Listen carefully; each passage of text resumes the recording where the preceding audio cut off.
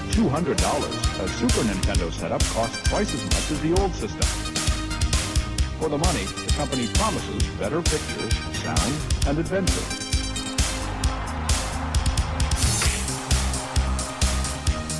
Now you're playing with power, superpower. You're the king, I tell you! The king! Only for Super NES. Only on Super NES.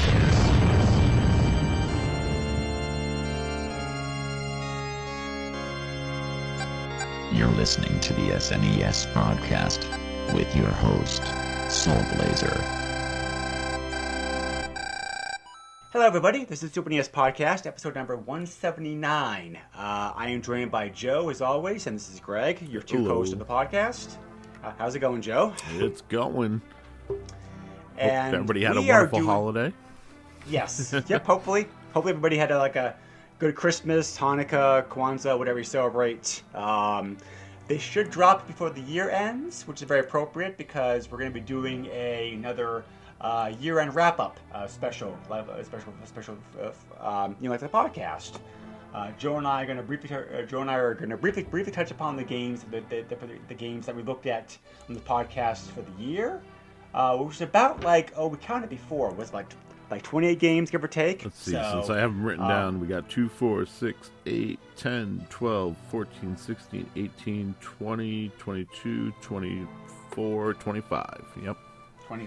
25. So, and then I'm not sure if you're counting. I want to start with the games that we actually covered after the last special dropped, which was in mid-December of last year. So we count those additional. So we're going to cover 2 2020 games technically because of that reason. But anyway, it just happens. But the timing just works out better this year as far as the timing of the special goes. So, but yeah.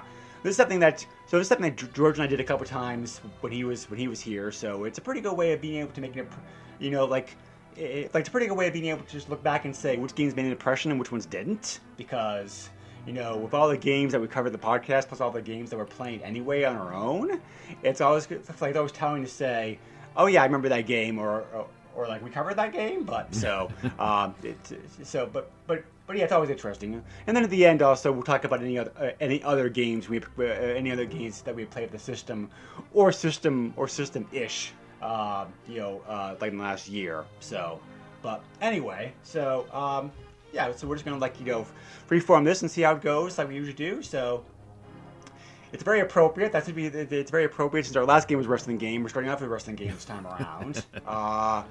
We actually invited George back like this episode because he is also like Joe a big wrestling fan. We covered the arcade. We covered the Super NES port, the arcade game, WWF WrestleMania, which, like I said, is one of the 2 games technically from last year, but we covered after the last special had dropped. Yeah. So, anyway, WrestleMania, fun arcade game. Super NES port, not very good. I do remember being pretty disappointed just how much. I mean, obviously they had to compromise to make the game fit on the system because it was a pretty beefy arcade game. But compared to the other ports of the game, like the Genesis, the Super NES program version just kind of falls flat. Not a very good port of the game at all. I really can't recommend it. Yeah, I mean, I'm with you. Being a Genesis kid, I had the better version. So playing. Well, in this case, I definitely agree with you. So yeah. So playing this one, kind of I don't know.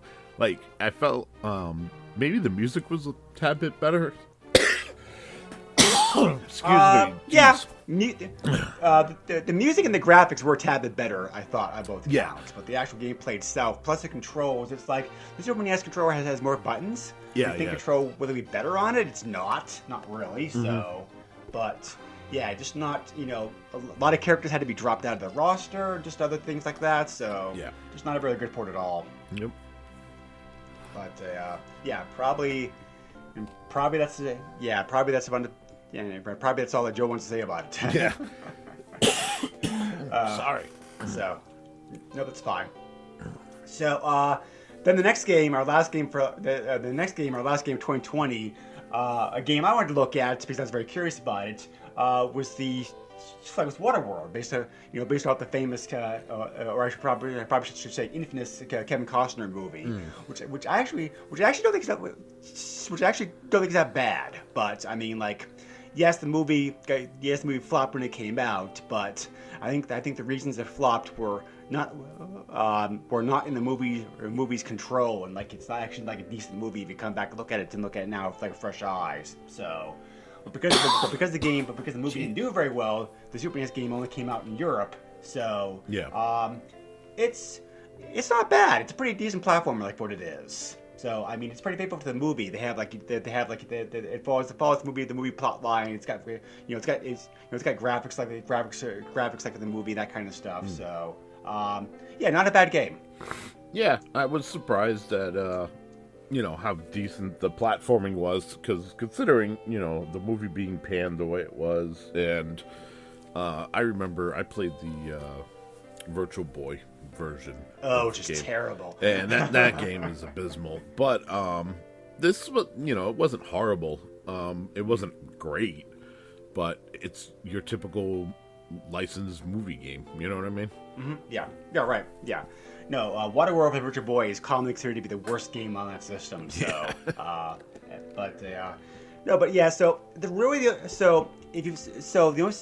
only thing I can recommend is like play this game in emulation. Maybe speed it up because this game came out in Europe only. It does play the slower PAL speed. Yeah. So that does make it a bit clunky when you're like not used to it. I think we're gonna cover that in another game later on, like in this podcast. It also was PAL only. So, yeah. So, I mean, like like Joe said, nothing amazing, but the game at least is decent, like what it does. So, then we went to a game that you wanted to look at, Joe, a Japanese only game, Do-Re-Mi Fantasy Mion's Quest, which is related to which is part of the Mion's Quest franchise that many of us probably know from the NES. Yep. So, I remember this being a pretty good platforming game. Kind of surprised like how well played. Like I understand why it did come out here in the States, but for what it is, it's a pretty cutesy fun game. So, and nowhere near as hard as the original, and nowhere near as hard as the NES game. So thank God for that. Yeah. This is definitely one of the highlights of the year for me. This is one of those, like, I saw it looked cool. I was like, dude, we got to cover this. And when I finally got my hands on it and started playing it, yes, it's simple. It's like really simple, but there's a lot of fun to be had, and it's mindless fun. And the cutesy art style and everything else just goes so well with the game. The music was fantastic. I really wish they would have brought this over, but I also understand why they didn't, But yeah, right. This was definitely this is one of the 6 games that I held up higher than everything else. Okay, yeah, that's a pretty high mark then. So yeah, for sure. I definitely think if you're a fan like a Japanese style platformer games, this one's definitely like worth playing. It is not in my top 5 games of the year. However, like it is like a decent game. I just don't. Like I mentioned before. I guess I eventually just soured on platformers just because of the fact I played them so much because there's so many good platforming games in the NES, Super NES that eventually I moved on and just got tired of them. So, yeah. But this game was a pleasant surprise. I was surprised to see like how good it is. So, and being a platformer, a platform like really don't have to worry about translation. That's why I remember. Like I think there was a patch available for that to translate that, if I remember correctly. There's barely a story there that you don't need. Yeah, right. Yeah, exactly. So, but yes, there's an English patch version out there. That's right. Yep, that's what I remembered. So, anyway, so next up was a game that was suggested to us by a fan of the podcast, a game I never heard of, much as played, a game called Lock On, which is your air combat game, very similar to like very similar to Afterburner. It actually is like a sequel to a game that originally came out in Genesis. So it's a pretty good like air-to-air, air-to-ground special mission game with like 4 different planes. If you like games like Afterburner, this game's definitely worth checking out because it's a pretty fun, challenging game. Very impressive graphics, especially the Mode 7 effects this game uses. Like, are very nice.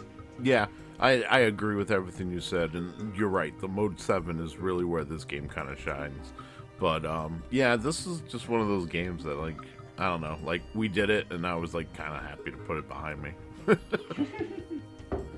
Well, it's hard to control. Yeah, so, yeah. And the difficulty ramps up pretty harshly. That's when I remember. Yeah. So. But yeah, it's a fun game. Worth checking out. So after that, we didn't. So after that, we didn't cover a game. Instead, we actually covered a book. Instead for a change, because I really wanted to cover Smoke and Mirrors, which was the book that came out talking about the whole Mike Kennedy, Atari.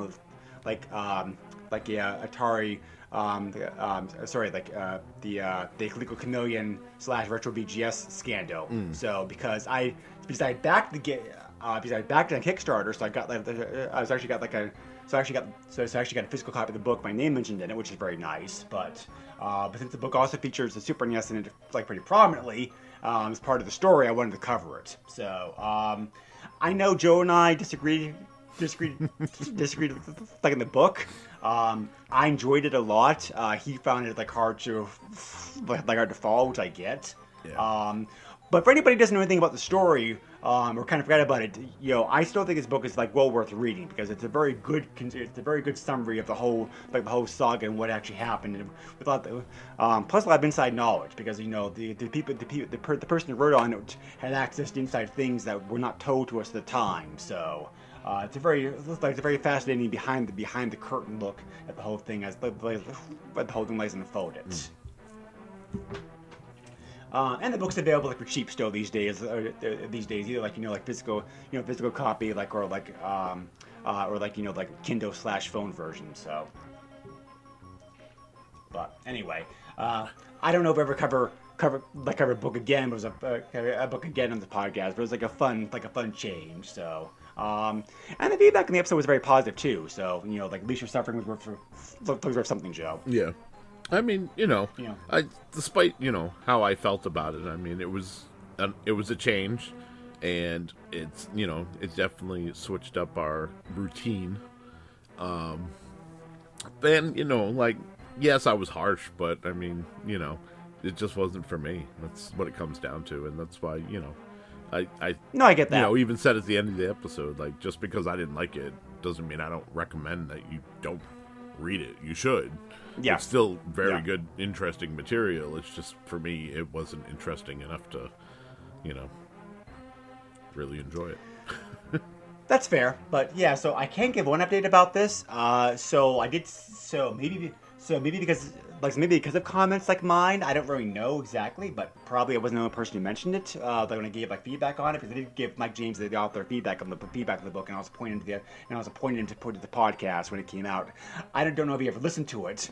He said he was going to. I never heard back from him at that point. But in any event, he did put on his website, ClecoChameleon.org, where you can buy the book. There is on there a who's who page now. It's kind of a very nice encyclopedia-ish style of everybody's mentioned in the book. Oh, okay. So, well, that's nice. Yeah, it is nice. Yeah, because we had a hard time. Because there's a lot of names being tossed around in the book, and if you're not very sure who all of them are, you can go to that web page and be like, okay, this person's that. Mm-hmm. So it's a very nice summary of how people organize everything in the book. So I can't. So since that came out after we did the review, I wanted to mention that. Yes. So after that was a game that I think was your pick, Joe. We said since we covered Jurassic Park in 2019. I was gonna say since we had covered the first one, obviously we were gonna cover the second one. So So JP2: The Chaos Continues, which is a very different game than anything else that came out on any other systems. Unlike Jurassic Park itself, this game is a Super NES only game. Yeah. So. Plays a lot like Contra, but so if you like Contra, you like this game. I mean, it's very it's very hard, but it has like very good graphics and some of the dinosaurs and the weapons you can use in the game are pretty cool. Yeah, So. yeah, and I mean there were some, questionable choices by the programmers where like they had arrows that were supposed to tell you like what path to take or what direction you could go, but they're like behind the foreground. So some of that stuff was obstructive, which kind of made things a little frustrating. But I mean, overall, it was a decent experience, and I'm always up for some running gunning. So Right. You are able to pick the order that you play most of the stages in, which is nice. Yeah. And depending on the difficulty level, you get different endings to different stages unlocked if you play the game at higher difficulty levels, which is also a nice touch. So, so what ending you get depends on what difficulty level that you play at. So, but anybody's fan of like Contra games, this one's definitely worth like checking out. Yeah. So, we had a lot of guest hosts this last year, so we got that trend started. So it's something I wanted to do 2020, but because of the pandemic, that kind of got delayed. So I made a concentrated effort this year to get as many guest hosts on the podcast as possible. And that was part we succeeded. There was one person who couldn't make it, and there's another person who unfortunately had recording issues, who we'll get to later on. But for the most part, we had a pretty successful run of guest hosts. Yeah. And we got that run. So we got that run kicked off with all of you joined us to talk about one of his favorite games because he's British. You want to talk about Cannon Fodder, which is a very popular PC / computer game. Which I played also as a kid on the computer back in the day, but the Super NES version of the game came out in Europe only. So, I love this game. I love the Super NES game. The Super NES version of the game is still very good. It's not quite as good to me as the original computer version, but it's still like very good for a version of the game. The main thing that holds it back to me is the fact that it's PAL format because it is a bit slower. So it does have that going against it. But yeah, Cannon Fodder is a very fun, over the top, action / RTS style game. It's very it's very humorous, but also like very difficult in places too. So. I'm pleased. I was pleased. This is Super NES for the version of the game translated pretty well. Yeah. This I have an asterisk next to this one because this is another one, but this is different. So when we reviewed this, I played it and it was interesting and it was different, but I didn't necessarily have fun with it. Then I played a game like this on. I think I got it on Steam actually, but it's called Tiny Soldiers, and it's basically the same sort of thing where like you take your soldiers and go through, and you have to eliminate the enemy to get to the objective and whatnot. And it made me go back and play this game. And when I went back and played it, I actually ended up really liking it, and that's why I decided to, make sure I marked it and so that we talked about it. Because I actually ended up going back and really enjoyed the game. So yeah, it's definitely a lot of fun. Opinions can change. Yeah. And like a lot of British, so a lot of European games don't do very well here in the States because the humor, the humor and the culture and everything else is different. Right. On the same reason, it's the same reason why a lot of Japanese games don't come over here in the West and whatnot. But yeah, this game translates. This game translates very well, like over to for worldwide markets. So yeah, this is also like our top 5 games of the system that we covered this year. So Cannon Fodder. I still recommend playing a better version of the game, maybe like maybe the Amiga version or the 32-bit versions of the game, Jaguar, 3DO, whatever. But the Super NES version of the game is still very, very good.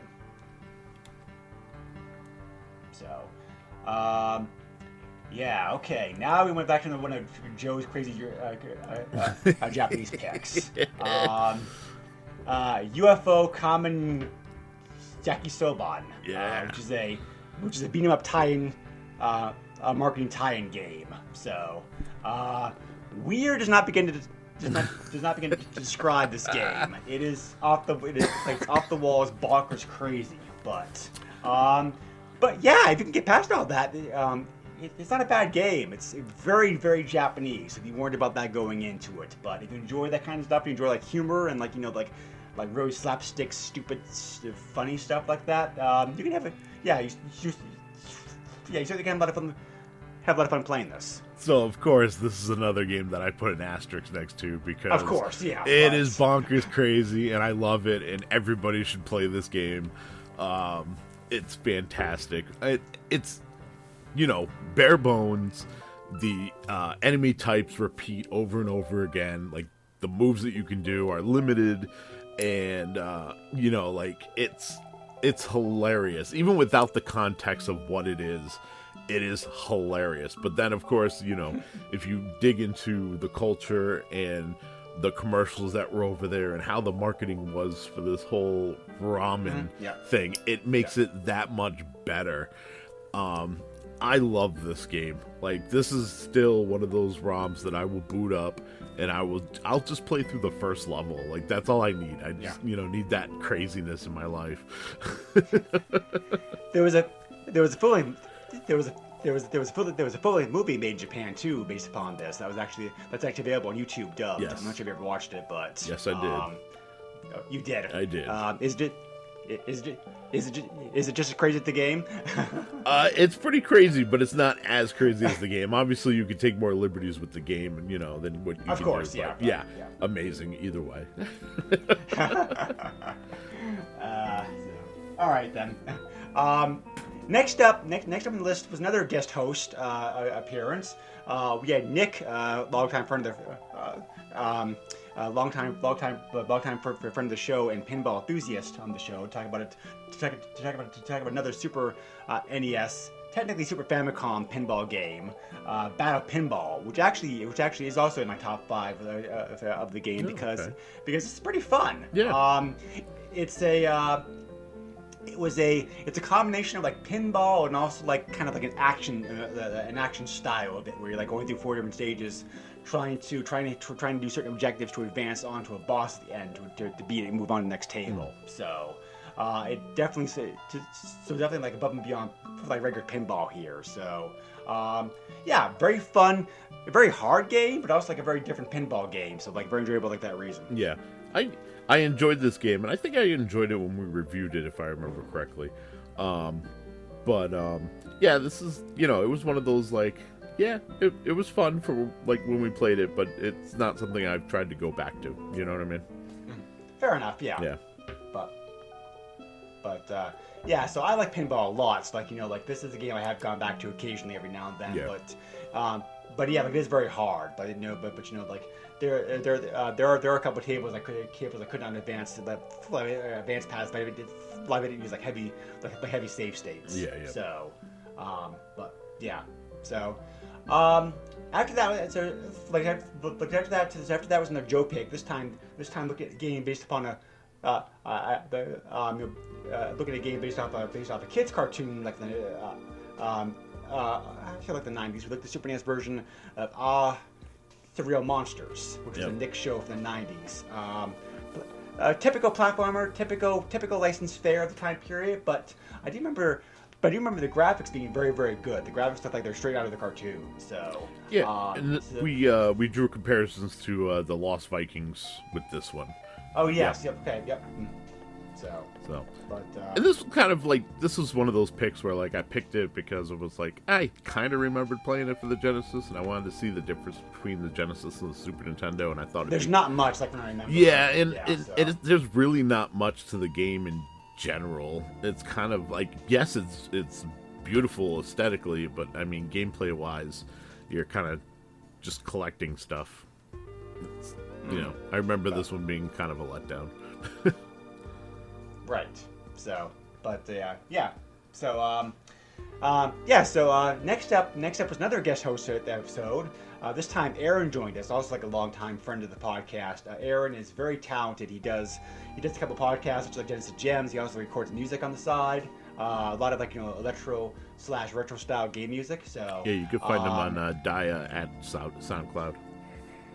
Yes, exactly. So he brought to the table a game I never heard of before, a game called Mohawk and Headphone Jack, which is It's pretty trippy. Yeah. It's made by some people like a Buzzbee, so like if you get that idea in your head, you have some kind of a clue what this game's about. It's very Sonic-like. It's very fast-paced, but it's a very frantic platformer. Mm-hmm. It's really known for it's also really known for its very trippy graphics, which have caused motion sickness in some people. So. Be warned about that playing this game. You're sensitive at all to that. Yeah, and that was a problem I had while playing the game. It was like I just felt, motion sickness. Yeah. So the game sounds pretty good. It's like they're going for like a Sonic style game in the system. I think they succeeded. Just the very trippy graphics that kind of hold it back. Yeah. Because it's like it was a time period. It was the '90s. I get it, but. It's like I really don't know if they had to go. I really don't know if they had to go over the top like that. Yeah, I think the only thing that I remember, criticizing it for was the fact that I was getting motion sickness while playing it, and I couldn't play it for too long. So yeah, I could see that. I mean, other than that, I remember it being a pretty, aesthetic pleasing game. And, like, I remember the gameplay was okay. It wasn't, anything to write home about, but it showed that you could technically do a Sonic-type game on the Super Nintendo, which, back in the day, that was one of the big arguments, is that Sonic could only be on the Genesis because of blast processing. But, the Super Nintendo could do stuff like that. They just chose not to.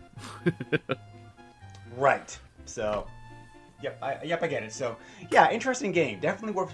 Yeah, this game definitely... Yeah, like... if you can tolerate games like this, I definitely recommend checking this out because it's very cool to see what they did on Super NES. So it's definitely one of the weird games in the platform. It's like if you looked at the list of like weird games in the system, this game's definitely on it. Yeah. So you want to see everything the system's capable of doing, check out this game, like for sure. Mohawk and headphone jack. So after that, to kind of tie into the recent movie that had come out, we decided to look at the two. We said to cover the two Godzilla games on Super NES back to back that are available. The first episode we were joined by friend Phil, aka the No Swear Gamer, who also does a very successful YouTube, a YouTube retro and classic channel, which I highly recommend, and also he also podcasts. Mm-hmm.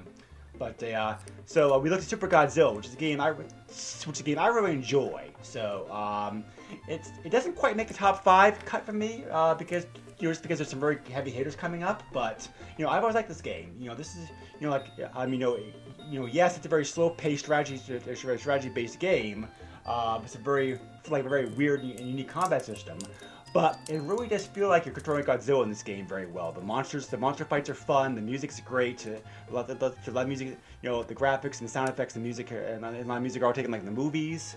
For me, this is definitely like a nostalgia favorite. It's a pretty good. Not my favorite Godzilla game, but it's a pretty good one, I think. All things considered. Yeah, I mean, it was okay. I mean, there was a reason why I suggested the next one. Which is how that came about. It wasn't even planned. It was, completely by accident. But, there was a reason I suggested the next one because I didn't enjoy this one as much as the next one. Well, the next one was a Godzilla Kaiju Daikin-sen, which came out in Japan only. This is a sequel to a TurboGrafx game in which you get to control one of 12 different kaiju in like a one-on-one fighting game a la Street Fighter. Yeah. So, very similar to. So in some ways, very similar to the last game. The music and sound effects and everything, and then graphics, everything are either copied or very close to the other game. So again, it's all very movie faithful. It's all very movie faithful. It's a bit slow playing it today. I think the more recent Atari Godzilla fighting games are probably like a bit better. But by the time this came out, this is like a very good game. Yeah, I mean, I had suggested it because after seeing a YouTube video, I was like, I gotta check this out.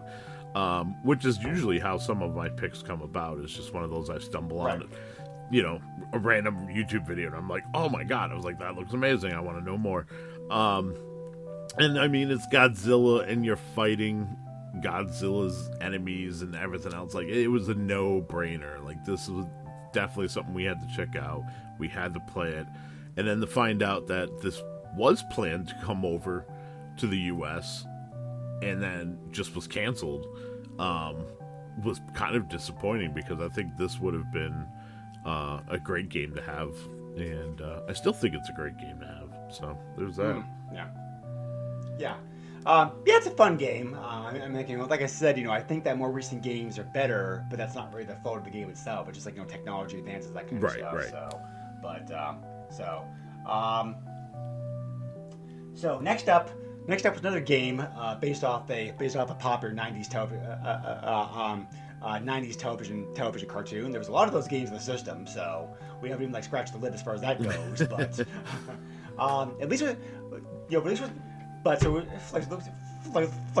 we looked at the Tiny Toons adventure game, Bust Loose.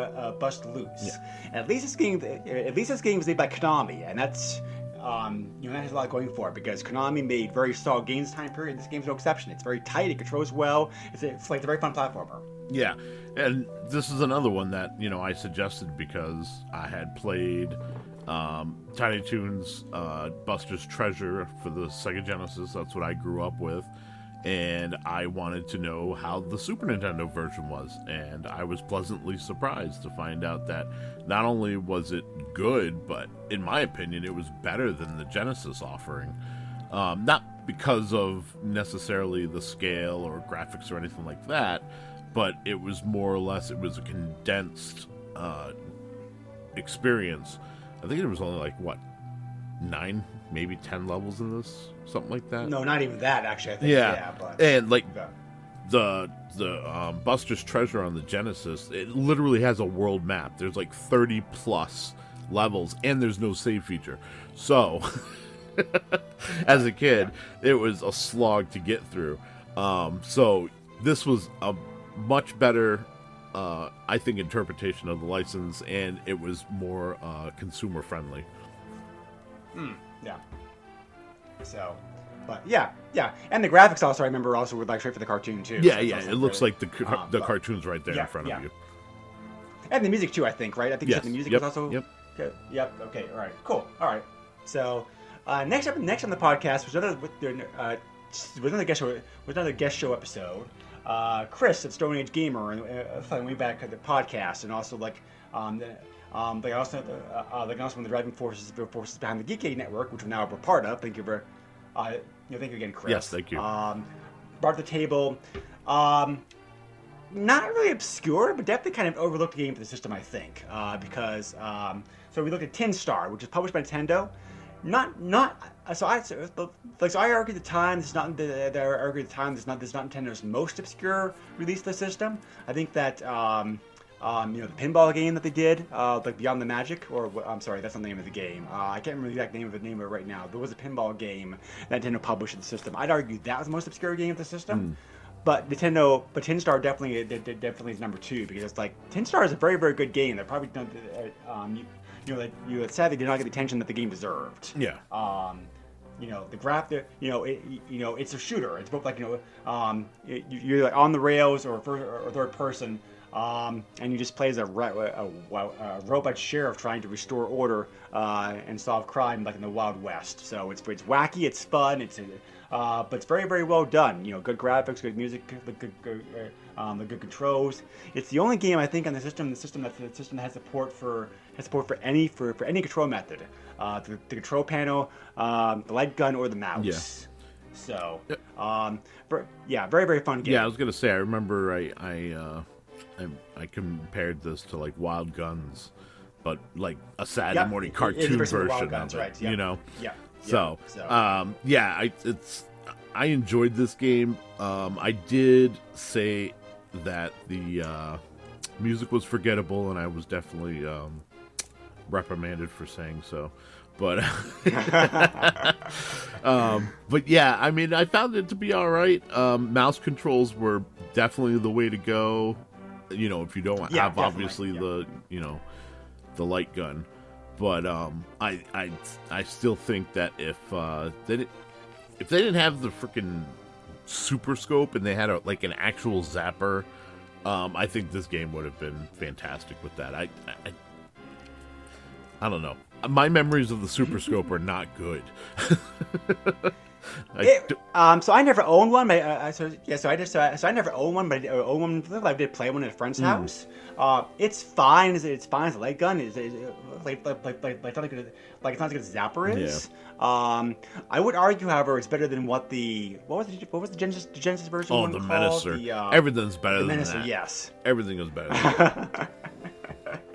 But now Super Advantage for the system, however, is very good. They get an NES Advantage, and the Super NES one's very good as well too. But anyway, yeah, 10 star is either on or off my top 5 list, depending upon a game that we're going to cover later on. So it's borderline as far as being there. A very, very fun game, very overrated. I definitely recommend. I definitely recommend playing this game. Let's play Heaven already because it's a shame the game that the game didn't get more attention than it did. So, after that was another guest episode appearance. This time again by Ferg of the Atari 2600 Game by Game podcast, also a longtime friend and supporter of the podcast, and he brought a very interesting game to the podcast for us to cover, which I thought maybe he was trolling us at first, but he brought a surreal World Smash Ball, aka Super Smash Ball, for us to look at, which is it uses characters from the surreal catalog, such as a Hello Kitty, as you're playing like a very kickball a la Warlord style game against other AI. So. Very odd game to look at, but the actual gameplay itself is very, very good, and the game actually, like I said, it plays very similar to Warlords and Pong and whatnot. So it's a very easy game to pick up and play. So I was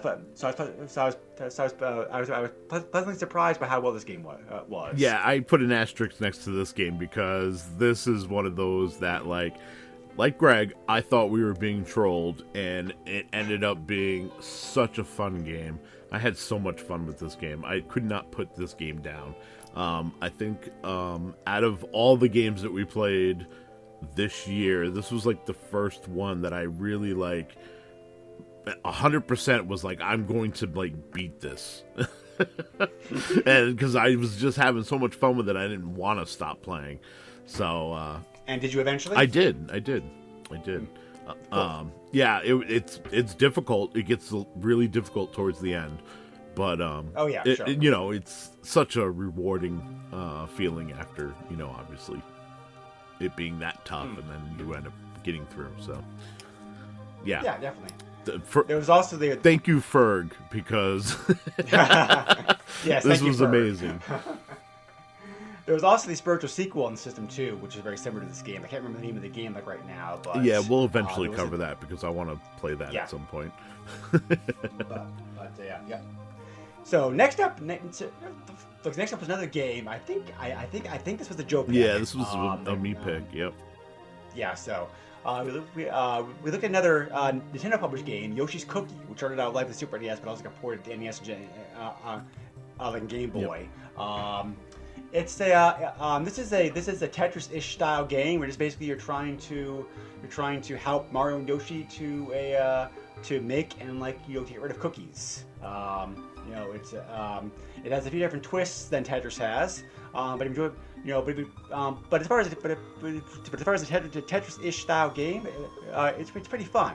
There's different game modes you can play in, which add some replay value to like this game.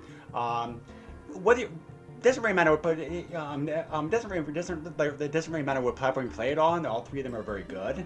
I just think the Super NES version of the game probably looks and plays the best. Yeah, and I think this was one of those where I needed a pick and I couldn't really come up with anything off the top of my head, and I was just thinking of like puzzle games, because I think I remember throwing a couple puzzle games at you, and you were like, "Oh yeah, we already covered that," sort of thing. And I was like, well, I played Yoshi's Cookie on the Nintendo and the Game Boy growing up. Like, let's see what the Super Nintendo version's like.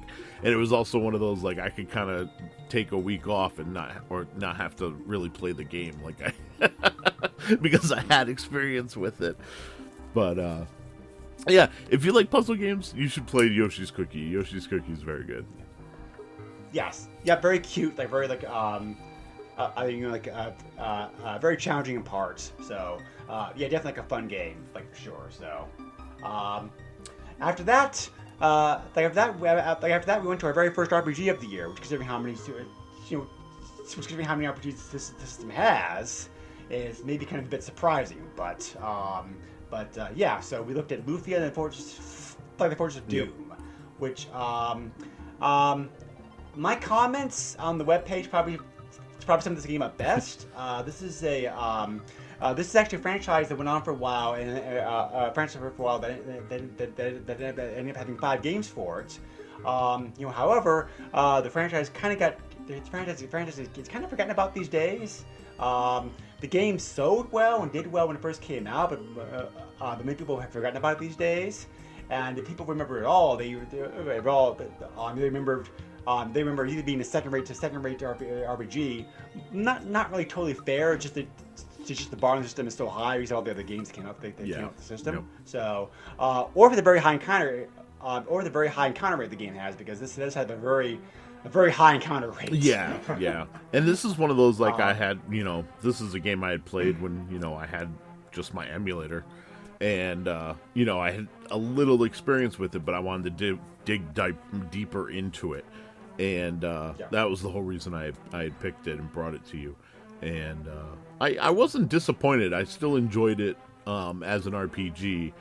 And, the stories, I mean, it's a typical RPG story. And, like, it was a grind. Like you said, the high encounter rate is definitely what kills this game. It's not the highest encounter rate I've encountered. I think that both both Seven Saga for the Super NES and Beyond the Beyond for the PlayStation have a higher encounter rate, but it's pretty well up there. Yeah, and I haven't played either of those games, so I don't know the comparison.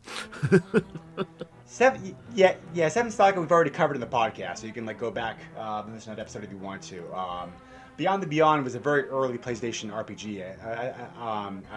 It wasn't a launch title, but it was very early. Yeah. Like, remember the PlayStation box, the PlayStation box that had the picture of the games at the back of it. Yeah. It was on there. Yeah. So Okay. It was a very early game, Lufia I think is a fun game as long as you enjoy classic games and want something beyond SquareSoft on Super NES.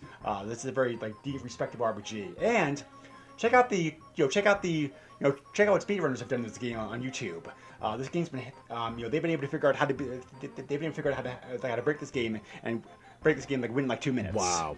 So it's pretty wild. So, but yeah. So definitely check that out. An interesting video to watch. Yeah, and I look forward to seeing how the sequel holds up. Yes. Spoiler, that's our next episode. So, I've already fired it up at least once, and started to kind of, trudge through the story a bit. But, I'm looking forward to, seeing how this series progressed, because from what I heard, the second one is the better of the franchise. So we'll see. Yeah, I've heard that too. I had not played or beaten either game until we covered Lufia for the podcast, and I will start working on Lufia 2 pretty soon. So, I've heard that as well too, because Lufia 2 is actually the prequel to Lufia. They did kind of a different thing with that one. So, it should be interesting to check out. But anyway, we had another RPG after this game, when we were joined by like fellow podcaster and a personal friend of mine, Jawa, who's a huge fan of Chrono Trigger for the Super NES, which a lot of people consider to be one of the best games made, period. So, even though we already, even though we already had Chrono Trigger in the past, it had been like long enough. It was like 5 years probably, or something like that. But that plus also the fact that you had not. You had never played the game before, Joe. Right. So it was a chance. So it was a chance to go back. Yes, it was a chance to go back and revisit the game and see, and get some like fresh perspectives on the game. And I put this game as an asterisk only because it's like, this game is top 5 for me. But technically, we've already covered this game, so I really don't know if it should be on the top 5 list because that's what I said before. If you want to count this game, it's top 5. If you want to say you can get a pass because you've already looked at the game in the past, and I would say, okay, then I'll give that 5th spot to a 10-star. But it definitely is a great game. I personally have always thought Chrono Trigger was a little bit overrated. But I do think this game is extremely good. I think so. So I think Final Fantasy 4 and 6 are probably probably better RPGs in the system, but it's such a high bar. That's very difficult to say either way. And the fact that all three games made the same company is also telling. Yeah. So, but yes, that was. But yes, I'm sorry. I was just going to say that was a very fun game to go back and cover again. Joe was great to talk to on the podcast. And this episode has been the most downloaded episode of the podcast like this past year. So.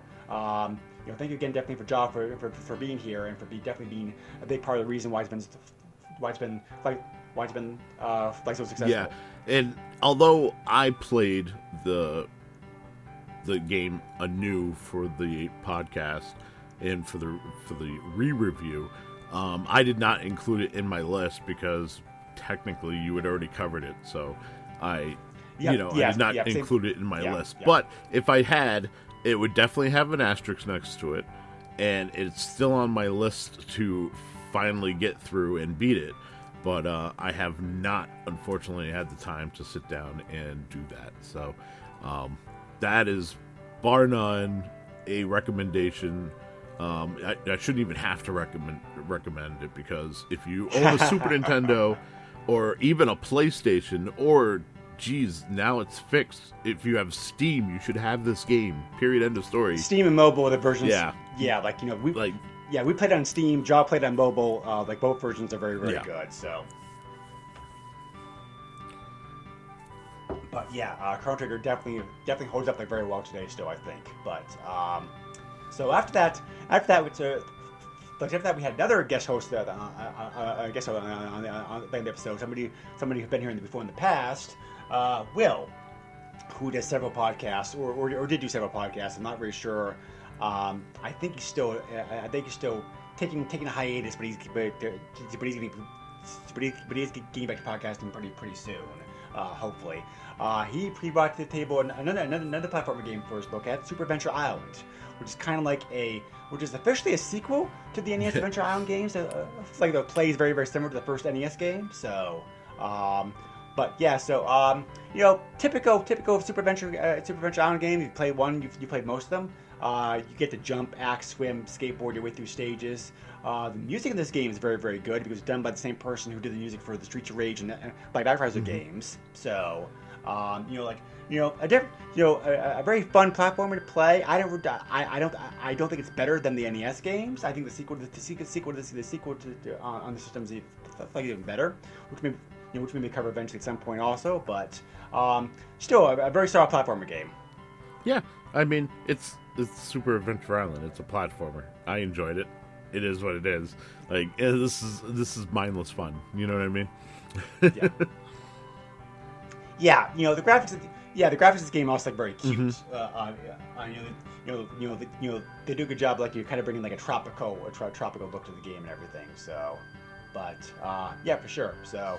After that was the bonus episode, and which is just Joe just talked about some of the Super NES games that he played in the past and what he thought about them. So we won't really go into that too much detail. But then there was the next episode after that was another guest host episode. Like I said, there was a lot of them this year. So we brought first time on the podcast, long time listener, and also and also fellow European Liam to the podcast. All the actors from Ireland. Liam's actually like England. So I think I said that wrong earlier. My apologies. But he brought to the table a Konami shooting game, which is very popular in Japan, but did not get released here in the West until recently. Pop Twin Bee, which is part of the Twin Bee franchise, which is a very well-known, colorful anime style, classical vertical shooter game. So, fun game, a lot of charm, a lot of cutesy Japanese touch to it. Very weird power system that takes a while slightly to hang up. I honestly don't care for it very much, but it's not like a deal breaker as far as playing the game and enjoying it. Yeah, this game was fun. I enjoyed it. I would have had an asterisk next to it, except for the next game got that asterisk instead. So, I was trying to limit myself to 6 games at the most. So, but yeah, as far as shooters go, I enjoyed it. It's a cute 'em up.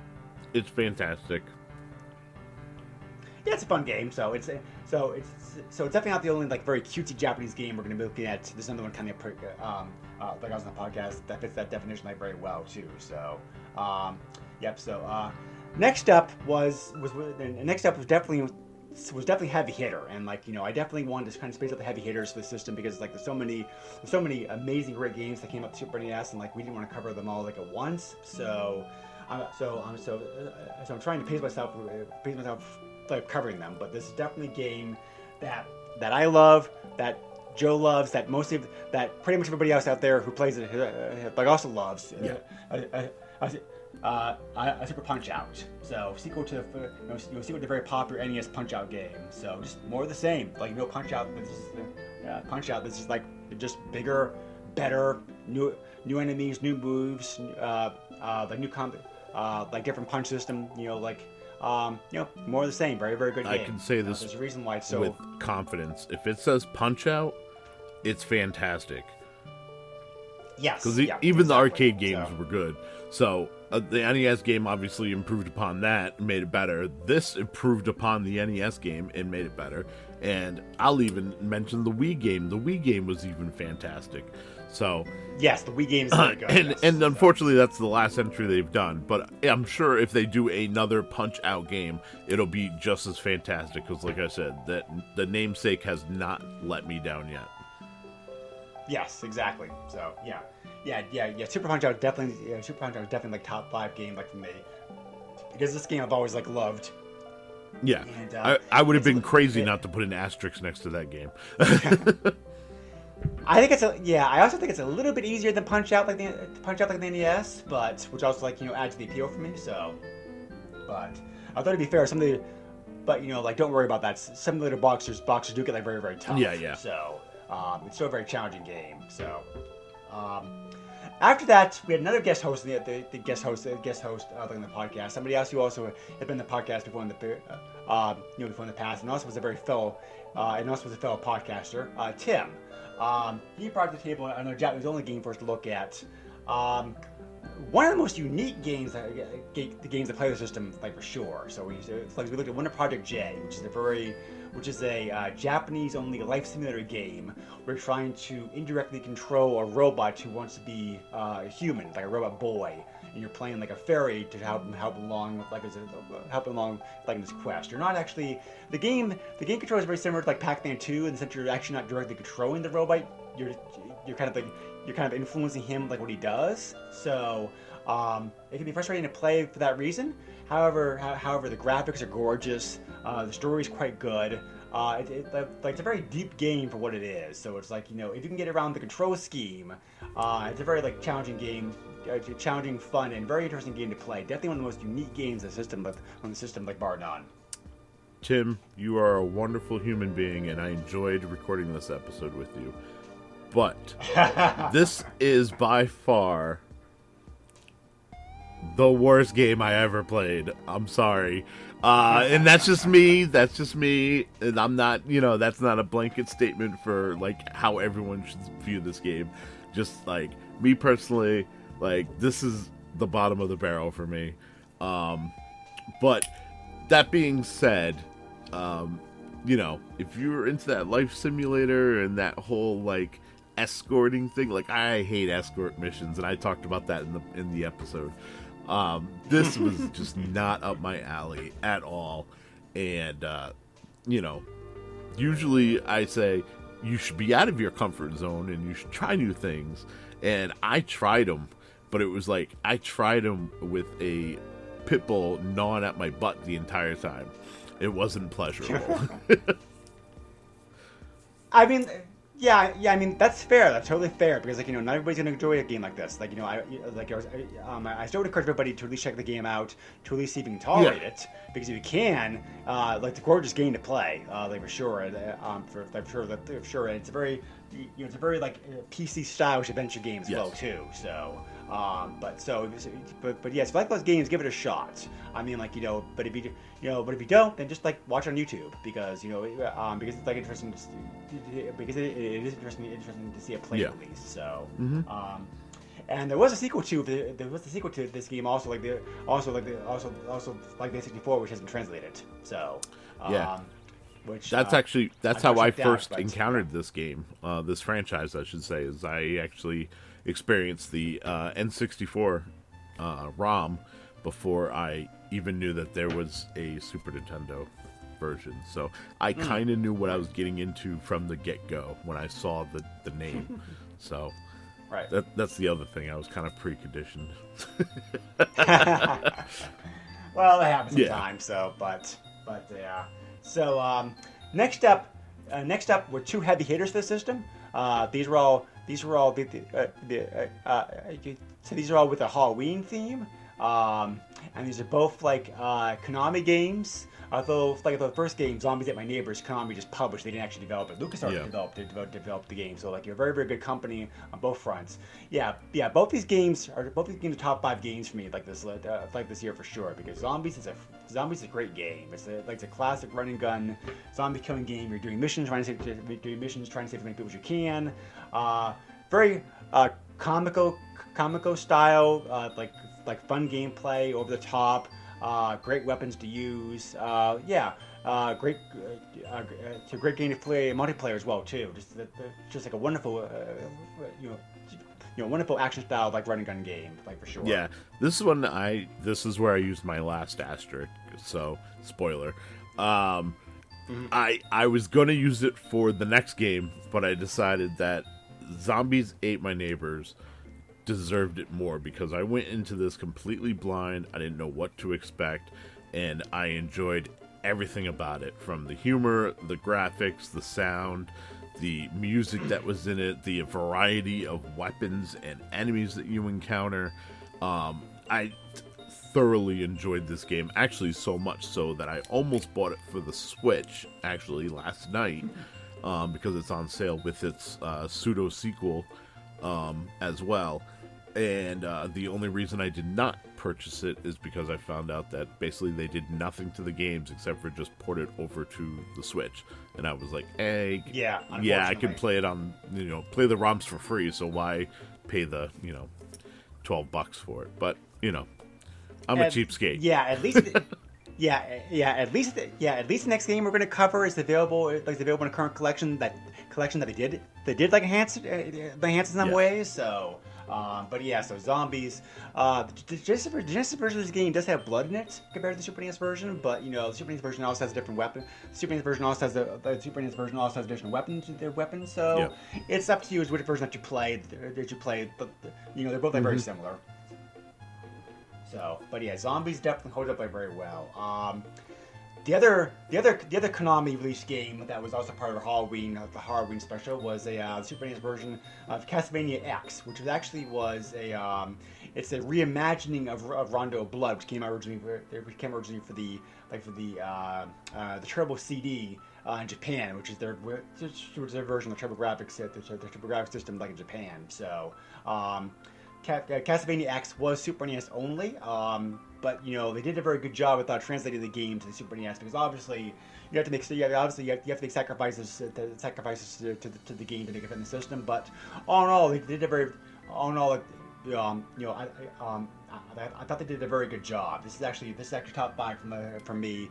I've always enjoyed this game a lot. I've always been a big Castlevania fan to begin with, anyway. So this is like a very good platformer game for sure.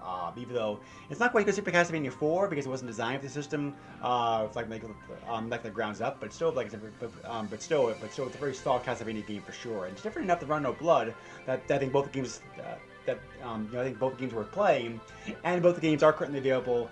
Both games are currently available like in collections, so you can also pick them up with different save state stability added, different like resolution modes, bonus features like behind the scenes stuff of the games and whatnot. So very very good translation to Super NES of a game we wouldn't otherwise have gotten over here in the West. So I can appreciate it like for that reason as well too. Yeah, like I said, I would have used an asterisk for this, but Zombies eked it out just a little bit.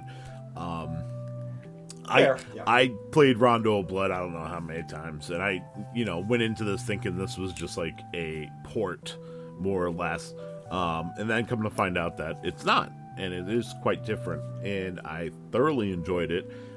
Actually, so much so that I found out that it was on the new Castlevania Advance collection, and that collection happened to be on sale, I think that week or the week after, for like $14.99, and I didn't hesitate. I ended up picking it up. So, I bought the game because, I like it. Yes, yep. Yeah, definitely. Definitely.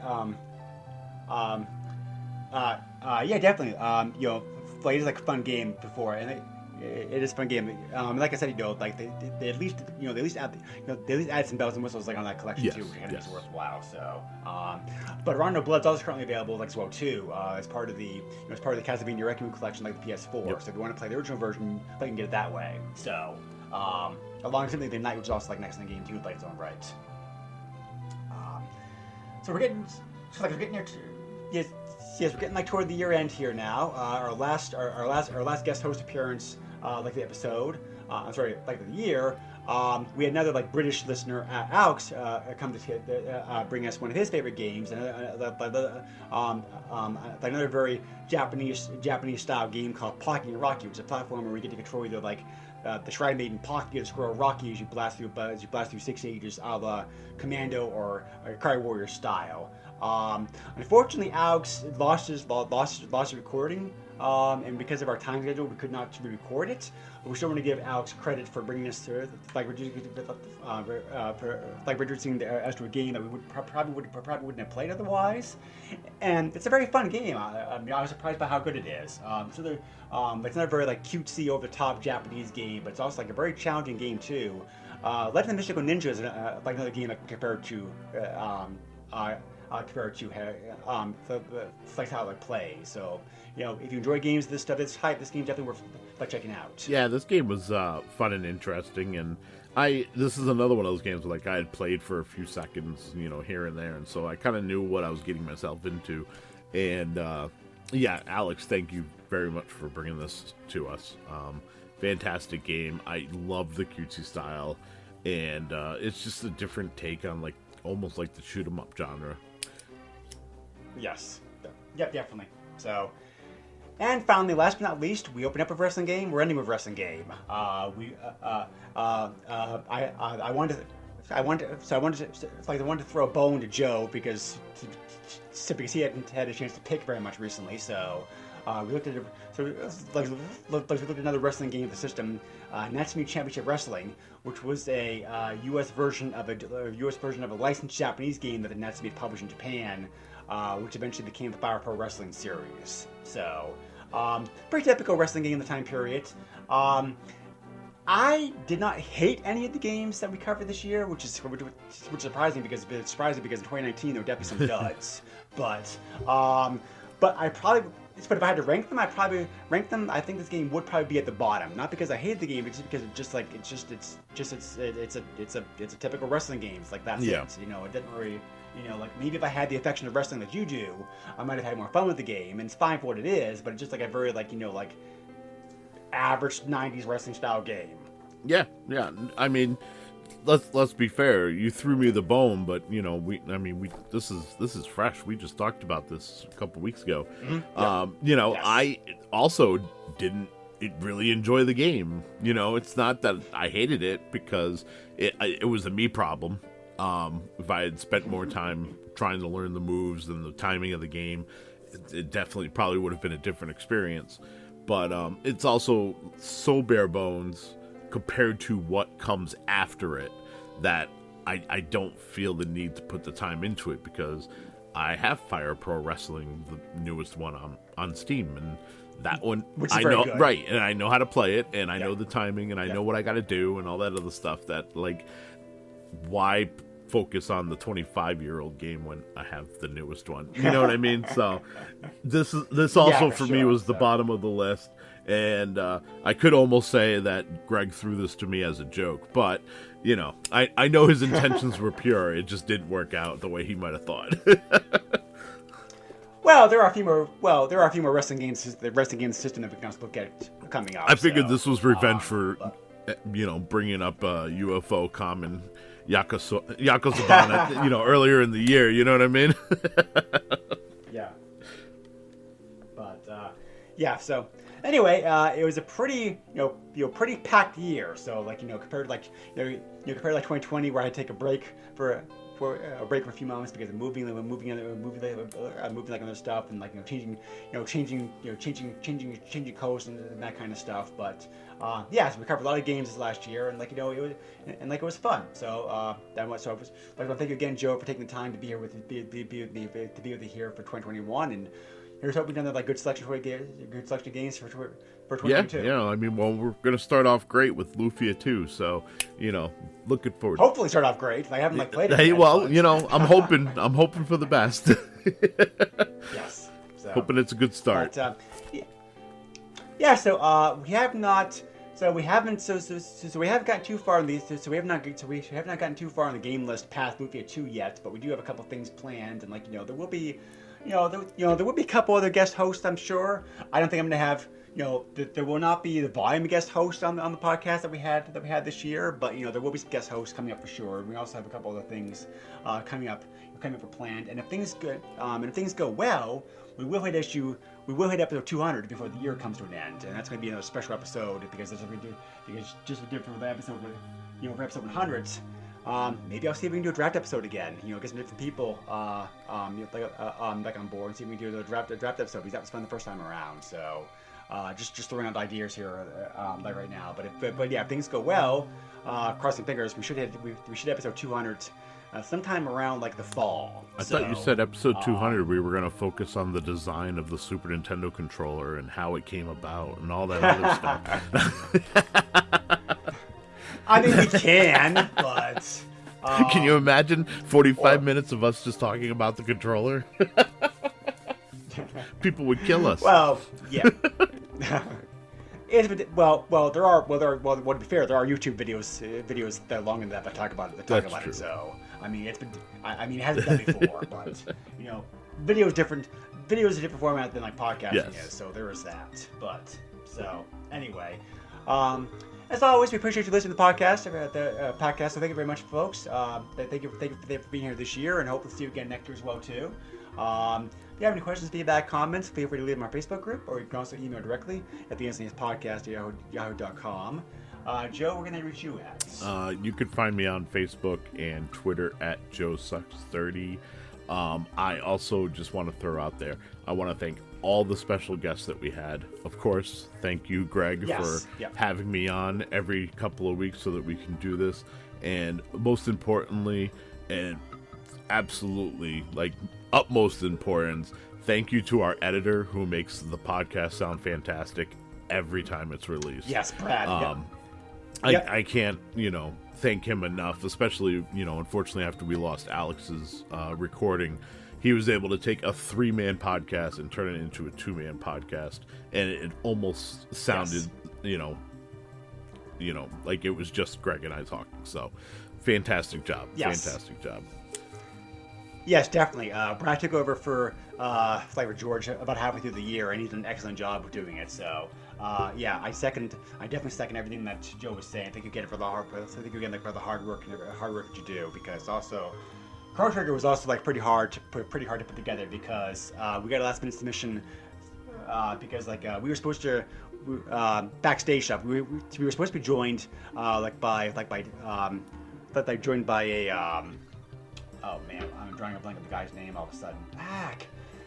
It was actually originally Chris who wanted to talk about the game originally, but he couldn't make the episode. So we ended up setting a last minute submission, and so I had to ask Brad, well, I know you've already edited this, can you put this in somewhere, please? But so yeah, thank you again also for the special work that you've done on that episode as well too. So but anyway, yeah. So yeah, anybody wants to submit feedback on past episodes, either like text or audio, feel free to do so, please. We have some feedback. If we have some feedback we've not covered yet, we will. I promise that we'll get to that soon. I was gonna do it in this episode, but this episode's already run longer than planned. So I promise that we'll get to the feedback we already have shortly. So, but if you have any feedback you want to submit on anything Super NES related, by all means feel free to send it in. Yeah, so absolutely. But anyway, thank you again for joining us as always. Thank you again, Joe. Hope everybody has a good New Year's coming up, and we'll catch you again next year. Stay safe, everybody. Take care. Bye. Nintendo controls 80% of the video market. But no matter how you play the game, or which game you play, things definitely have come a long way since Pac-Man. Now you're playing with power. Super power.